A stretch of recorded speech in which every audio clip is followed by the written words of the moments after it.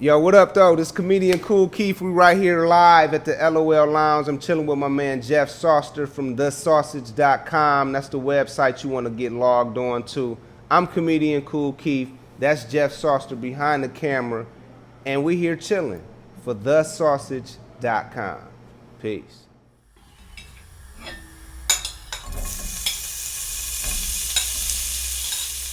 For a brother like me, a routine traffic stop is a whole new experience in 2012. And I knew it was something, you know, the minute he came to the car, I knew it was some bullshit, just by the question he asked, you know.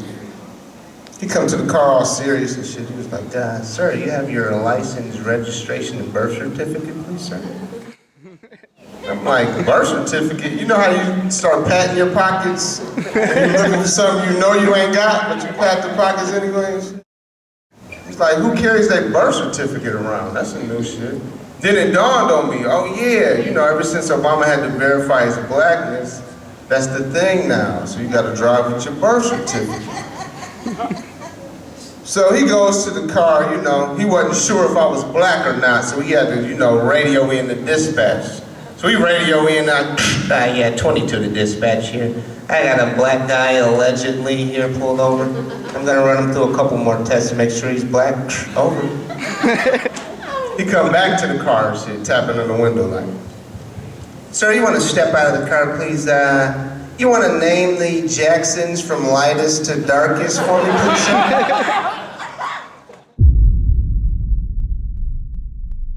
How'd I get the name Kool Keith? That goes back to high school. A friend of mine and my barber at the time, Lil Mike. Every time I would get my hair cut at his crib, he would remark on how relaxed I would be in the chair. And he was like, man, this dude cool as hell, you know? Man, it just stuck from there. And then when I got to college, I went to BG. I didn't come there with the name. It was another funny incident. We was running for the, what they used to call it? The little shuttle bus that'll take you around campus. We was running for it, we was late.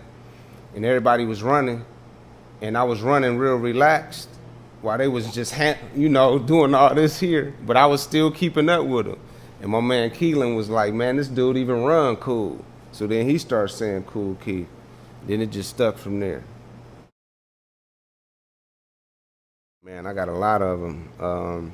The ones that come to mind off top, let me see, Dick Gregory, Eddie Murphy, Red Fox, Rodney Dangerfield, George Carlin, Richard Pryor, Eddie Murphy, if I didn't already say him. Even some of the newer cats, Damon Williams, D. Ray Davis. It's so many to name, but a lot of them is like, I just admire different traits and qualities about each of them and try to incorporate and infuse them into myself. Like Red Fox, I like the way every time he hit the stage, he was geared to a T. He was suited and booted, blinged up. You know, he was classy with it, even though he was raw and raunchy. Eddie Murphy, I like the way he was the rawest comedian ever to still maintain mainstream. You know what I'm saying? But he was raw with it. But he was mainstream because he was just that popular. And he took it to new heights he was like the Jordan of comedy. You know, and I like Rodney Dangerfield for the quick-wittedness, and George Carlin and Dick Gregory because they were social activists disguised as comedians, you know what I'm saying? And the list goes on and on.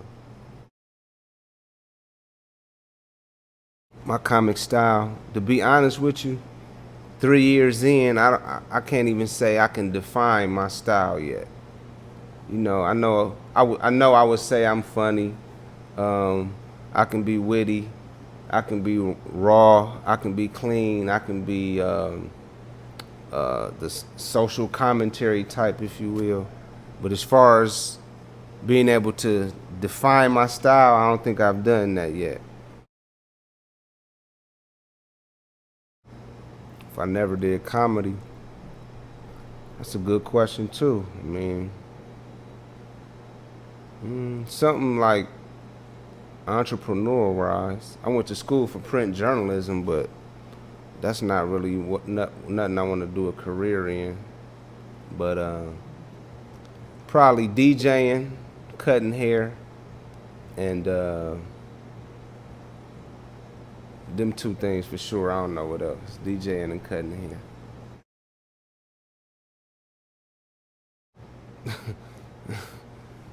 The average visitor finding my refrigerator. Shoot, if you find something, let me know. You probably will find some fruits and veggies for sure. Uh, some condiments, mad condiments, and some to-go boxes.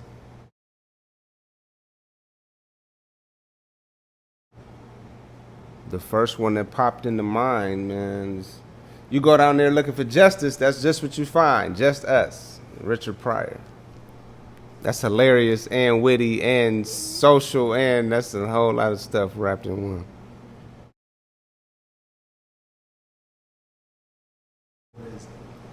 5-year plan.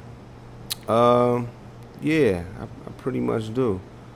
I got like a yearly plan, and if I was to accumulate it into 5, I would say over the next 5 years, I want to see myself still doing the LOL lounge. Like that's something I want to incorporate and just put on my belt, as you could say. I want to still be doing that at whatever level it is in that 5-year mark, which of course will be bigger than what it is now, because it's all about progress. I want to be still doing stand-up shows. I'm never trying to really be a household name.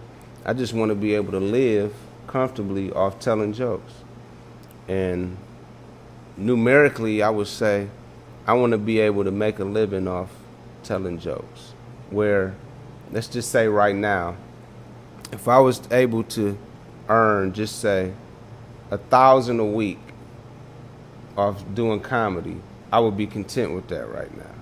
And then next year, I set it at a different goal. And the year after that, another goal. And the year after that, and so on and so forth. So my goals really ain't like astronomical or far-fetched. But I'm striving with that every year, every month, every show, really.